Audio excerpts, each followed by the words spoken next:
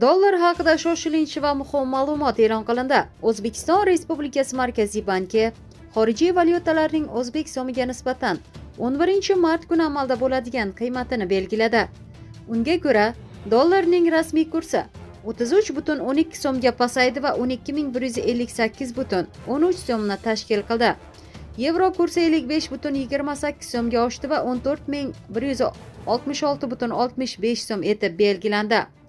Rossiya rubli 0,22 so'mga tushdi va 153,98 so'mni tashkil etdi. Xitoy yuani 3,14 so'mga ko'tarildi va 1769,05 so'm etib belgilandi.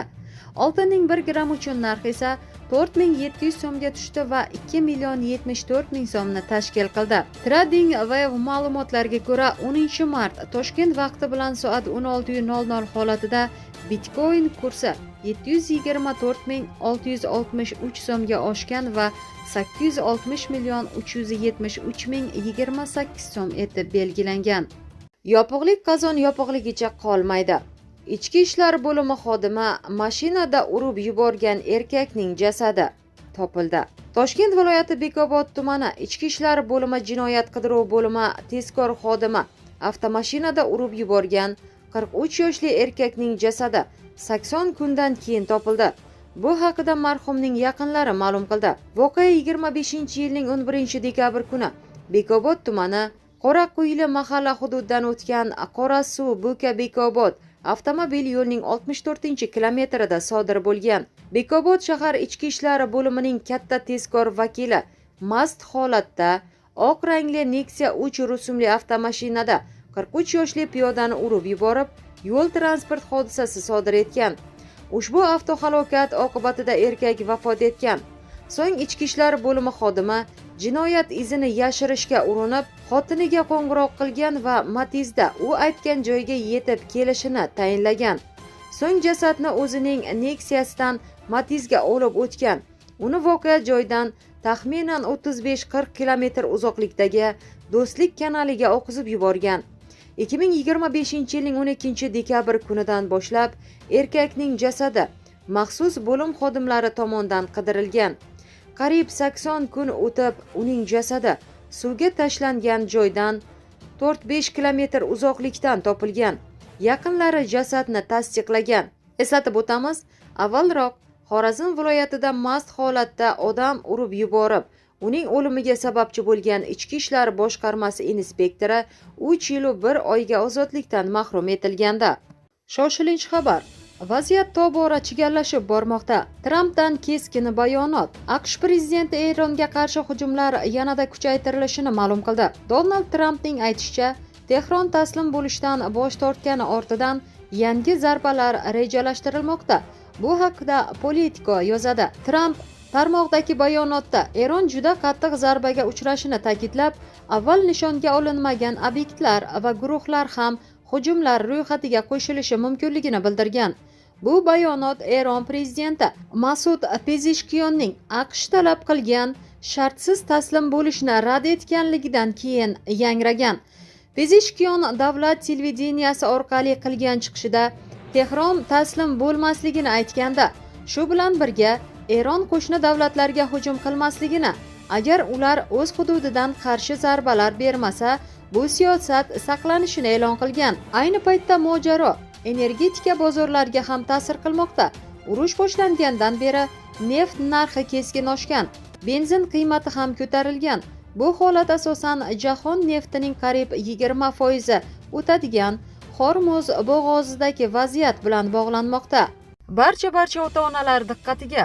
Hushyorlikni oshiring, farzandingizdan ehtiyot bo'ling. Toshkent viloyatidagi hududlarda daydi itlarni tutish bo'yicha nazorat kuchaytirildi. Bu haqida Toshkent viloyati hokimligi xabar berdi.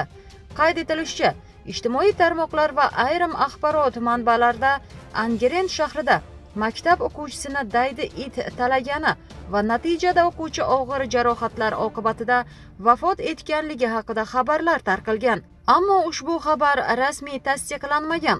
Hodisa yuzasidan tegishli tashkilotlar tomonidan tezkor chora-tadbirlar va o'rganish ishlari boshlangan. Ayni paytda shahar va viloyat hududida daydi hayvonlarni nazorat qilish, ularni tutish hamda belgilangan maxsus joylarda saqlash ishlari kuchaytirilgan. Chora-tadbirlar natijasida o'quvchi bolani talagan it ham Angren shahar obodonlashtirish bo'limi daydi hayvonlarni tutish guruhi tomonidan tutilgan va akt tuzilib, maxsus saqlash joyiga olib borilgan. Shuningdek, kuni kecha viloyat hokimligi mas'ullari ishtirokidagi shoshilinch muhokamada mutasaddi tashkilotlar, obodonlashtirish xizmati, veterinariya bo'limi, sanitariya epidemiologik osoyishtalik xizmati hamda boshqa mas'ul idoralarga tezkor chora-tadbirlarni amalga oshirish bo'yicha topshiriqlar berildi, deyiladi hokimlik bergan xabarda. Mazkur holat alohida nazoratga olingan bo'lib, jamoatchilik xavfsizligini ta'minlash borasida barcha zarur choralar ko'rilishi aytilgan. Ko'ngli bo'shlar ko'rishi tavsiya etilmaydi. Navoiyda dahshatli fojia sodir bo'ldi. Navoiy viloyatining Ko'nimex tumanida quvib o'tish qoidalarini buzish sabab sodir bo'lgan yo'l transport hodisasi juda dahshatli bo'ldi. Bu haqida Millar dasturida xabar berildi. Ma'lum bo'lishicha, voqea joriy yilning 22 fevral kuni Ko'nimex tumanida sodir bo'lgan. Sabab sifatida haydovchilarning quvib o'tish qoidalarini buzish sabab deb ko'rsatilgan. Oqibatda 4 kishi vafot etgan. Ulardan 2 nafari voqea joyida, yana 2 nafari esa shifoxonada vafot etishgan. Ayni paytda holat yuzasidan jinoyat ishi qo'zg'atilib, tergov harakatlari boshlangan. Eslatib o'tamiz, avvalroq Toshkent shahrining Olmazor tumanida 4 mashina o'rtasida yo'l transport hodisasi sodir bo'lgani haqida xabar berilganda. Muhim ma'lumot. Bugun yangiliklarimizda o'zbek shou biznesining mashhur vakili Munisa Rizayeva haqida so'z yuritamiz. Xonanda so'nggi kunlarda ijtimoiy tarmoqlarda e'lon qilingan video murojaat bilan yana muxlislar e'tiborini tortdi. Unda Munisa Rizayeva Dubaydagi uyida sodir bo'lgan kutilmagan hodisa haqida gapirdi. Xonandaning aytishicha, voqea u oila a'zolari bilan uyda o'tirgan paytida yuz bergan. Kutilmaganda ularning yashash hududi tomon uchuvchisiz uchish apparati, ya'ni bespilotnik qulab tushgan. Bu holat xonanda va uning yaqinlari uchun juda qo'rqinchli lahzalarni keltirib chiqargan. Bu haqida Anhor.uz xabar berdi. Munisa Rizayeva o'z murojaatida o'sha paytda eng avvalo o'g'lini himoya qilish haqida o'ylaganligini aytdi. Voqeadan so'ng ular bir muddat yer osti avtoturargohida yashirinishga majbur bo'lishgan. Keyinchalik xonandaning turmush o'rtog'i ularni xavfsiz hududga olib ketgan. San'atkor bu voqea hayot haqidagi qarashlarni o'zgartirganligini ham ta'kidladi. Uning so'zlariga ko'ra, bu hodisa pul va boylik emas, balki insonning tinchligi va yaqinlarning sog'lig'i eng muhim ekanligini yana bir bor eslatgan. Eslatib o'tamiz, Munisa Rizayeva so'nggi yillarda faol ijod qilib, yangi qo'shiqlar va loyihalar ustida ishlamoqda. Xonanda bir muddat farzandi bilan Dubayda yashab, ijodiy faoliyatini ham davom ettirib kelmoqda.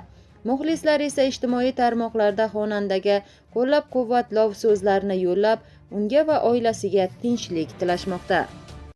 Ogoh bo'ling, vaziyat tobora chigallashib bormoqda. Turkiyada yana bir o'zbekistonlik ayolning jasadi topildi. Avvalroq O'zbekistondan Turkiyaning Balaksir shahriga borgan Dilafruz Jo'liyeva izsiz g'oyib bo'lgach, yaqinlari tomonidan qidiruvga berilgani aytilganda, Turkiyaning Balaksir viloyatida bo'sh maydondan topilgan jasad 21-yanvardan buyon qidiruvda bo'lgan 46 yoshli O'zbekiston fuqarosi Dilafruz Jo'liyevaga tegishli ekani aniqlandi.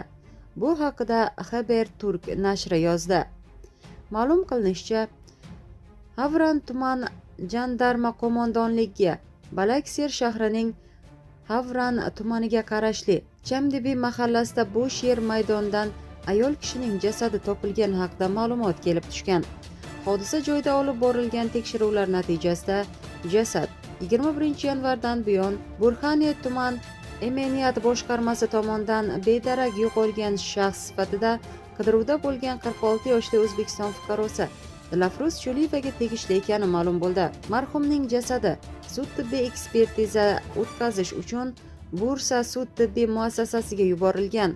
Mazkur holat yuzasidan Choliyevaning sevgilisi ekani aytilgan 44 yoshli I.I., shuningdek uning tanishlari Beni, B.U. va M.K. qo'lga olindi. Huquq-tartibot idoralariga so'roq jarayonlaridan so'ng sudga chaqirilgan I.I. hibsga olinib, qolgan 3 nafar gumondor sud jarayoni davomida qamoqqa olinmasdan shartli ravishda qo'yib yuborilgan. Taxminan bir oydan buyon onasidan darak ololmagan o'g'il Shohrux To'raqulov onasining qandli diabet bilan og'riganligini aytgan. Ma'lumot o'rnida 46 yoshli Dilafruz Choliyeva ishlash uchun Turkiyaga borib, Balakserning Burxoniyat tumanida yashagan. U yerda keksa va bemor kishiga qaragan. Ayol joriy yilning 21-yanvar kuni bozorga chiqish uchun ruxsat olgan va to'satdan g'oyib bo'lgan. Choliyevadan xabar ololmagan yaqinlari uning bedarak yo'qolganligi haqida ariza bergan va voqea yuzasidan O'zbekiston elchixonasi hamda konsulligiga xabardor qilgan. 23-yanvar kuni ish beruvchilar ham Dilafruz Choliyevani qidirib politsiyaga xabar berishgan. Eslatib o'tamiz, avvalroq Turkiyaning Istanbul shahri Shishli tumanida chiqindi yig'uvchi tomonidan axlat konteyneridan o'zbekistonlik Nurdona Hakimevaning jasadi topilganda, keyinroq mazkur ish doirasida u o'ldirilgan. Umroniyadagi uyda yana bir o'zbekistonlik ayol Sayyora Ergashaliyeva ham bo'laklab o'ldirilgani aniqlanganda. Ko'pchilik uchun sevimli bo'lgan Jahongir Otajonov hozir qayerda va qay ahvolda deb qiziqqanlar uchun muhim ma'lumot e'lon qilindi. O'zbekistonda xizmat ko'rsatgan artist Jahongir Otajonov ayni kunlarda ro'za oyini oila davrasida uy sharoitida o'tkazmoqda. San'atkorning yaqinlari ma'lum qilishicha, u Ramazonni sokin va ibodatga bag'ishlagan ruhda qarshi olishni ma'qul ko'rgan. Shu sababli hozircha ommaviy tadbirlarda va konsert dasturlarida ishtirok etmayapti. Ma'lumotlarga ko'ra, Jahongir Otajonov o'zini yaxshi his qilmoqda. Salomatligi joyida, u vaqtni asosan oila a'zolari bilan birga o'tkazib, ijodiy rejalar ustida ishlamoqda hamda yangi qo'shiqlar ustida tayyorgarlik olib bormoqda. Shuningdek, u ijtimoiy tarmoqlar orqali muxlislari bilan aloqalarni uzmagan. Xonanda o'z murojaatlaridan birida hozirgi keskin vaziyatda barchani ehtiyot bo'lishga, sabr-toqatli va ogoh bo'lishga chaqirgan. U inson salomatligi va osoyishtaligi har narsadan ustun ekanligini ta'kidlab, ro'za oyida mehr-oqibat, hamjihatlik va xayrli amallarni ko'paytirish muhimligini eslatgan.